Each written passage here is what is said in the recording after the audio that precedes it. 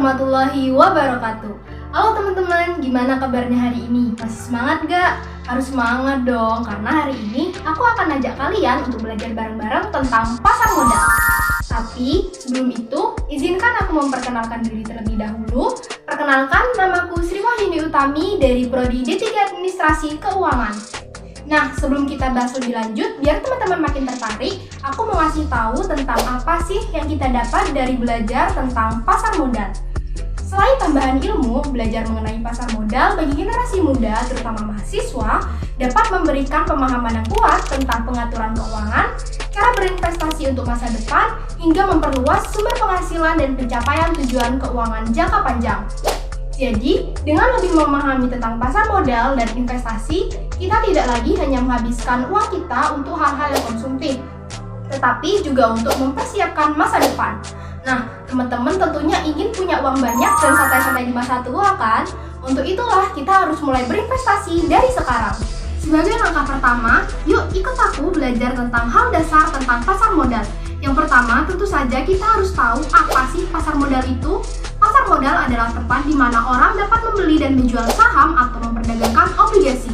Melalui pasar modal, perusahaan dapat mengumpulkan dana dari investor untuk mendukung kegiatan bisnisnya. Sementara investor dapat menginvestasikan uang mereka untuk memperoleh imbal hasil. Pasar modal juga membantu menetapkan harga aset berdasarkan permintaan dan penawaran di pasar. Jadi, secara sederhana, pasar modal adalah tempat di mana perdagangan saham, obligasi, dan instrumen keuangan lainnya berlangsung. Dari penjelasan tersebut, kita dapat beberapa kata kunci nih, yaitu saham, obligasi, investor, dan perusahaan. Biar gak bingung, yuk kita bahas satu persatu. Yang pertama, yaitu saham dan obligasi. Saham dan obligasi dapat diumpamakan sebagai barang dagang di pasar tradisional. Jadi, saham dan obligasi ini merupakan barang yang diperjualbelikan di pasar modal. Saham sendiri merupakan bagian kepemilikan dari sebuah perusahaan. Jadi, dengan membeli saham, kita dapat dikatakan sebagai pemilik perusahaan tersebut. Wow, keren bukan? Penjualan saham ini boleh dilakukan oleh perusahaan yang sudah mendaftarkan dirinya sebagai perusahaan go public atau perusahaan terbuka. Artinya, perusahaan tersebut terbuka dan menerima modal dari pihak manapun dengan jumlah sebanyak-banyaknya. Sementara itu, obligasi adalah surat hutang yang dapat diperjualbelikan. Obligasi diterbitkan oleh sebuah perusahaan yang membutuhkan tambahan dana dengan bunga sebagai imbalannya. Investor yang meminjamkan dana pada perusahaan penerbit akan menjadi pemegang obligasi, yang mana pemegang obligasi dapat menjual obligasi tersebut pada orang lain melalui pasar sekunder, platform online, lelang, maupun media-media lainnya. Nah, saham, obligasi, dan instrumen keuangan lainnya yang diperjualbelikan di pasar modal ini lazim disebut dengan efek. Setelah paham apa saja yang diperjualbelikan di pasar modal, sekarang aku akan jelasin lebih lanjut tentang siapa saja yang terlibat dalam pasar modal. Investor dan perusahaan yang sempat kita singgung tadi merupakan pihak-pihak yang terlibat dalam pasar modal. Selain investor dan perusahaan, ada juga pialang atau broker, bursa efek, penjamin, dan regulator. Yang pertama akan kita bahas adalah investor. Investor merupakan pihak yang memiliki dana. Mereka adalah individu maupun perusahaan yang nantinya akan membeli saham atau obligasi. Selanjutnya adalah perusahaan. Perusahaan berperan sebagai pihak yang menerbitkan saham maupun obligasi dan menjadi pihak yang membutuhkan dana. Bisa dibilang perusahaan adalah penjualnya. Yang ketiga adalah broker atau pialang. Broker ini berperan sebagai perantara antara pembeli dan penjual, yang mana di sini adalah perusahaan dan investor. Biasanya, pialang menyediakan platform bagi investor agar dapat terhubung dengan bursa efek, di mana perusahaan menjual sahamnya. Berbicara tentang bursa efek, apa sih bursa efek itu?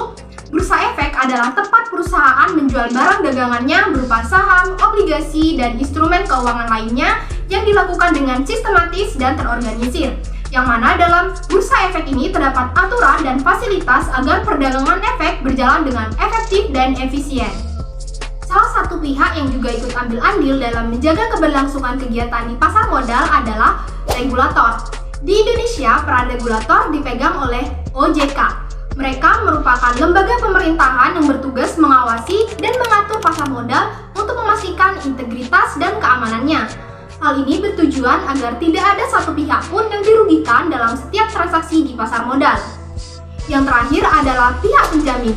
Pihak ini berperan untuk menjamin penjual mendapatkan uang sesuai dengan transaksi yang terjadi dan pembeli mendapatkan barang yang dibelinya.